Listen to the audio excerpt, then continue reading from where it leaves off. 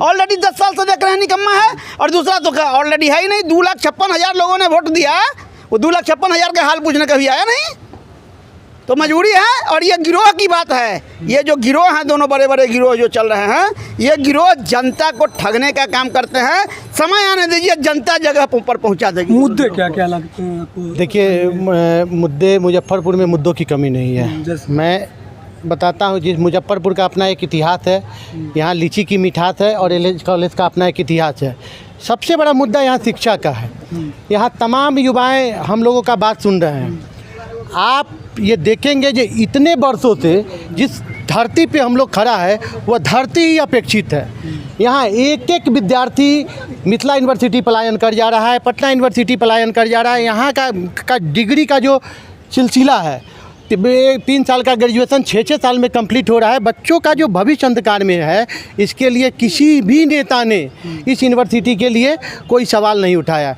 दूसरा, मुजफ्फरपुर में मतलब आप स्मार्ट सिटी का योजना ले ले, आदर्श ग्राम योजना ले ले, या मुजफ्फरपुर के जाम की समस्या को ले ले, तमाम स्वास्थ्य का जो व्यवस्था ले, चुनाव में ये सब मुद्दे दिख नहीं रहे।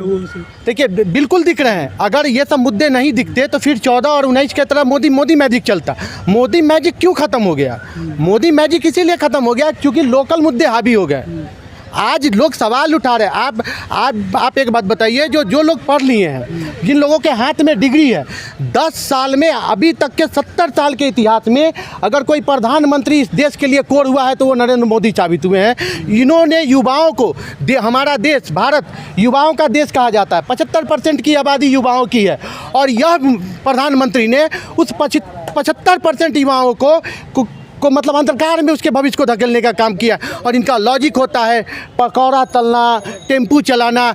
भैया, बड़ी बड़ी डिग्रियां लेकर के कोई पकौड़ा तलने नहीं जाएगा, बड़ी बड़ी डिग्रियां लेकर के कोई टेम्पू चलाने नहीं जाएगा। आप स्वरोजगार की बात करते हैं तो देश में इंफ्रास्ट्रक्चर को लागू कीजिए, सकल घरेलू उत्पाद को आप बढ़ाइए, आप छोटे छोटे कुटीर उद्योग को बढ़ावा दीजिए।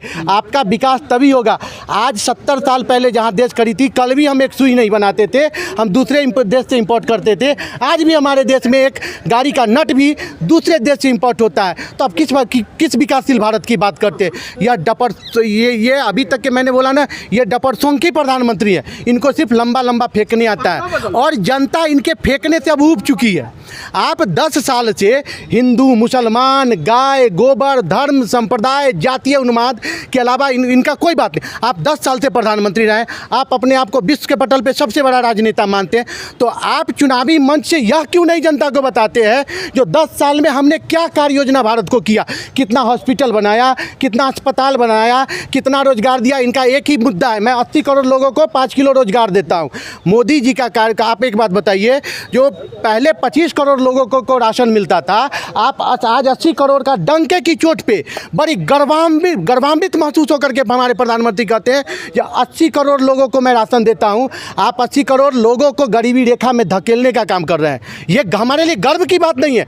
अगर मोदी जी के बात कोई तो एक लाइन में समझ जाइए, जो आपके सामने वाले जेब में 50 रुपया रखना है और पीछे के जेब से 1000 रुपया निकाल लेना है, इनकी कार्यकाल बस इसी 2 बातों से समझा जा सकता है।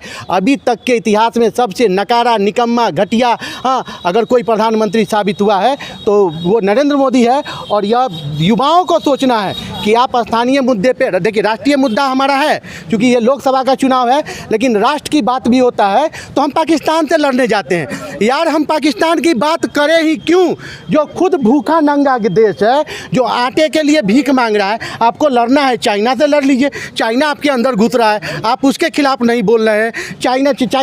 मतलब चाइना के खिलाफ आपका बोलती बंद हो जाता है, आप विदेशों के बैठक में आप बोल नहीं पाते हैं। और आप किस बात का मतलब विदेश नीति की बात करते हैं और राष्ट्रहित की बात करते हैं, जो हमसे कमजोर है। मोदी जी आ रहे हैं 13 तारीख को, उसका कितना असर पड़ेगा? देखिए, कोई असर नहीं पड़ने वाला, कोई असर नहीं पड़ने वाला है। हमारे पूर्व के वक्ताओं ने बोला है, देश का यह पहला प्रधानमंत्री है जो झूठ बोलते हैं, ठीक है, जिनको अपने बातों की गारंटी, आप अपने बातों की गारंटी आज तक कभी दिए हैं क्या? हमने जो बोल दिया, हम आपके ऑन कैमरा जो बोल रहे हैं उस बात की मैं गारंटी नहीं देता हूं। मैंने बोल दिया, वो ही गारंटी हो गई। ये देश का पहला प्रधानमंत्री है जो झूठ बोलता है, उसके बाद भी झूठ का गारंटी लेता है। ये मोदी की गारंटी है। 2019 में भी इन्होंने गारंटी दिया था पताही से एयरपोर्ट का, एम्स का, मोतीपुर चीनी मिल का। अब जब देश का प्रधानमंत्री ही झूठ बोल करके चला जाए तो फिर बच क्या जाता है? फिर हम एक सांसद से क्या उम्मीद रख सकते हैं? कोई मुद्दा नहीं है, कोई मोदी मैजिक नहीं है। और 13 से 13 को भी मोदी जी आ जाएं, यहाँ नाक रगड़ ले, यहाँ रोड शो कर ले, घर घर पर्चा बांट ले, मोदी जी का कुछ चलना नहीं है, क्योंकि जनता ऊब चुकी है, इनके जुमले से ऊब गई है। बिल्कुल। तो ये स्थानीय लोग जो हैं अब इस स्थानीय मुद्दे को देख रहे हैं, मगर कहीं ना कहीं किसी पार्टी को अगर पसंद कर रहे हैं तो जो कैंडिडेट दिया गया है उनको पसंद नहीं कर रहे हैं। तो कहीं ना कहीं लोगों में निराशा है। कहीं ना कहीं जिस तरीके से सिटिंग MP रहे हैं अजय निषाद, 10 साल का कार्यकाल अगर देखा जाए तो लगभग लोग जो हैं उनसे भी कहीं ना कहीं उब चुके हैं। जिस तरीके से लोग बता रहे हैं कि जो काम 10 साल में वो कर सकते थे शायद वो उन्होंने किया नहीं।